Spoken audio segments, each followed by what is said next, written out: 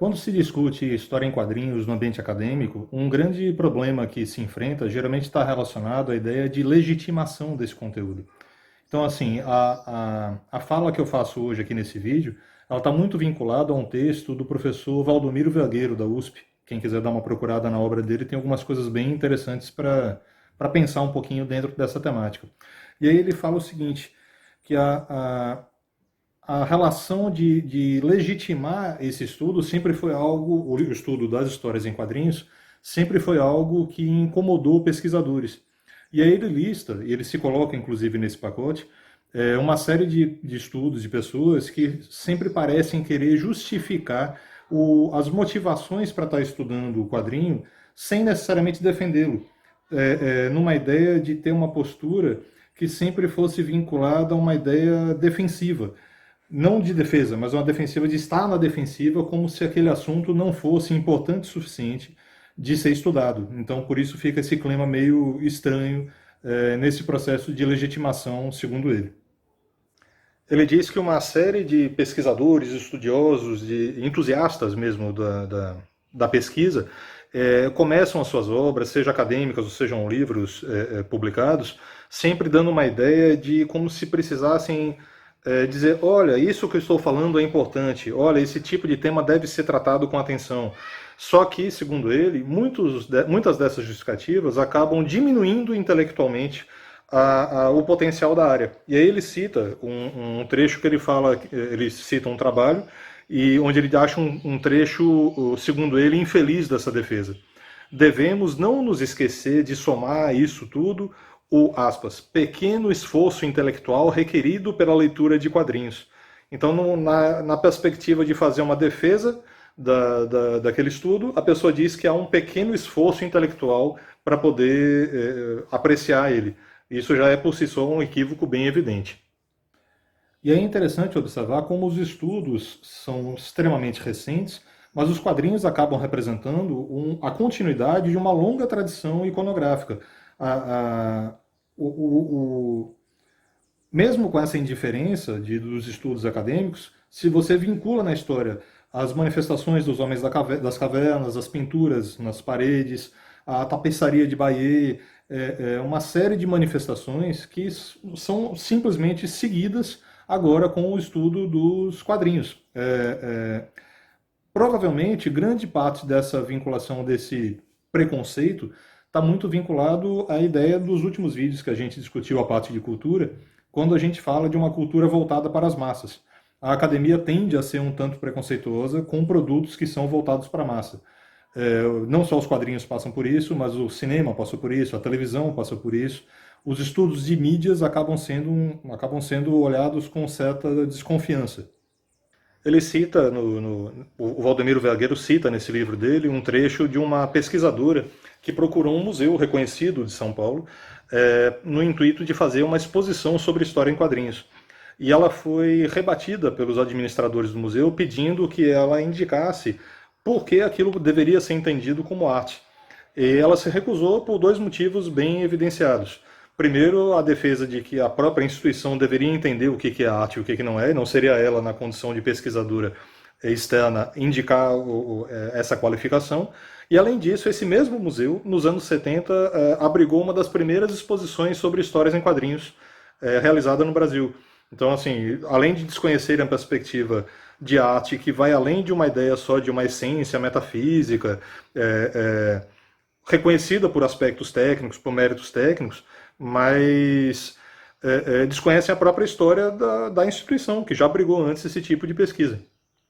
E os avanços do estudo da arte sequencial, da imagem, são um tanto quanto evidentes por volta dos anos 60, com a emergência da arte pop, a arte conceitual, de nomes principalmente como Andy Warhol, o Roy Lichtenstein, que começaram a trazer suas obras para dentro do circuito de museu com uma lógica iconográfica de ressignificar o impacto visual das suas obras e trazer uma outra perspectiva de leitura. E aí é importante atentar para o quadrinho, não apenas nessa perspectiva de uma arte museológica, algo para estar exposto lá e pronto, mas pensar só dessa forma acaba ignorando a possibilidade de uma vinculação de uma série de linguagens. o entendimento de que a possibilidade artística passa diretamente por uma ideia de beber em fontes de ilustração, do teatro, da literatura, de uma narrativa construída, a caricatura, o diálogo com o cinema. Então o quadrinho ele acaba se constituindo num gênero complexo, em que elementos narrativos de várias manifestações artísticas, de várias histórias, de percursos artísticos, acabam sendo explorados por ali. Então tem muito mais além do que um simples reconhecimento institucional museológico que pode ser lido dentro dessa possibilidade de estudo dos quadrinhos. E aí, provavelmente, esse hibridismo da linguagem, essa dificuldade de caracterizar ela num campo específico, esteja no centro da rejeição pelas elites intelectuais. Encaixada aí dentro da perspectiva da obra de arte na era da reprodutibilidade técnica, conforme o texto do Walter Benjamin, os quadrinhos acabam sendo difíceis de classificar e de contextualizar. Então, em certa medida, o fato deles levarem também a um extremo esse aspecto de uma distração, de um entretenimento, tenha feito com que a parte dessa elite intelectual, dos críticos de arte, acabassem rejeitando a ideia de discutir a sério o tipo de conteúdo ali presente, gerando essa crise aí de legitimação que impacta até hoje os estudos desse campo. Aí o texto do Vergueiro, ele cita um trabalho aqui de Lombard, que vale a pena dar uma lida nele. Apesar de seu potencial para a pesquisa, as tiras de quadrinhos, as revistas de histórias em quadrinhos e os cartoons permaneceram virtualmente não estudados por décadas. Quando a arte dos quadrinhos, na forma de revistas, finalmente achou seu caminho para dentro das universidades americanas nos anos 40, que começaram a ser estudados, eles eram, na maioria das vezes, tratados como um perigo para a juventude, para a moral, para o próprio tecido social da constituição da sociedade americana. Então acaba que o início dos estudos foi numa perspectiva de crítica, de considerar aquilo como algo danoso para a sociedade, ainda repleto de preconceitos. E isso foi parte também desse desdobramento da dificuldade de legitimar o estudo. Aí, ao mesmo tempo que intelectuais começaram a prestar mais atenção na indústria dos quadrinhos, em paralelo passou a haver um movimento de produção de um quadrinho que se afastava dessa lógica massificada produzida pelas grandes editoras. Algo que saísse do mainstream e enfrentasse numa perspectiva de se colocarem como autossuficientes, como diferentes daquilo que era vendido pela grande massa, uma alternativa de produção, de discurso, de conteúdos, além desse oferecido pelo grande sistema de vendas. E aí, quando surge essa indústria paralela, indústria não seria o termo mais adequado, quando surge esse sistema de produção fora do grande mainstream, inevitavelmente eles acabam se aliando à crítica da indústria cultural feita pela Escola de Frankfurt, que entendia os produtos massificados como todos os mesmos, como todos iguais. E então, criar essa alternativa, mesmo que não deliberadamente, eles se aliavam a esse discurso de crítica desse sistema massificado. Na Escola de Frankfurt, dois nomes principais, Adorno e Horkheimer, escreveram o seguinte: as diferenças orçamentárias de valor na indústria cultural não têm a ver com diferenças reais, com o significado do produto em si. Os meios técnicos, os meios de produzir arte, discurso, cultura, também estão sendo engolfados por uma uniformidade insaciável. Tudo é sempre muito igual. E aí a emergência nos anos 60 dos movimentos hippies, de uma revolta estudantil nos Estados Unidos, permitiu o surgimento dos chamados comics, que acabaram constituindo por parte desses produtores de conteúdo uma tomada de decisão de gerar uma espécie de grito de independência diante dessa estrutura das grandes editoras que tinham padrões muito definidos. Só pode ser publicado isso que se enquadrar de acordo com o que a gente está definindo como a linha editorial.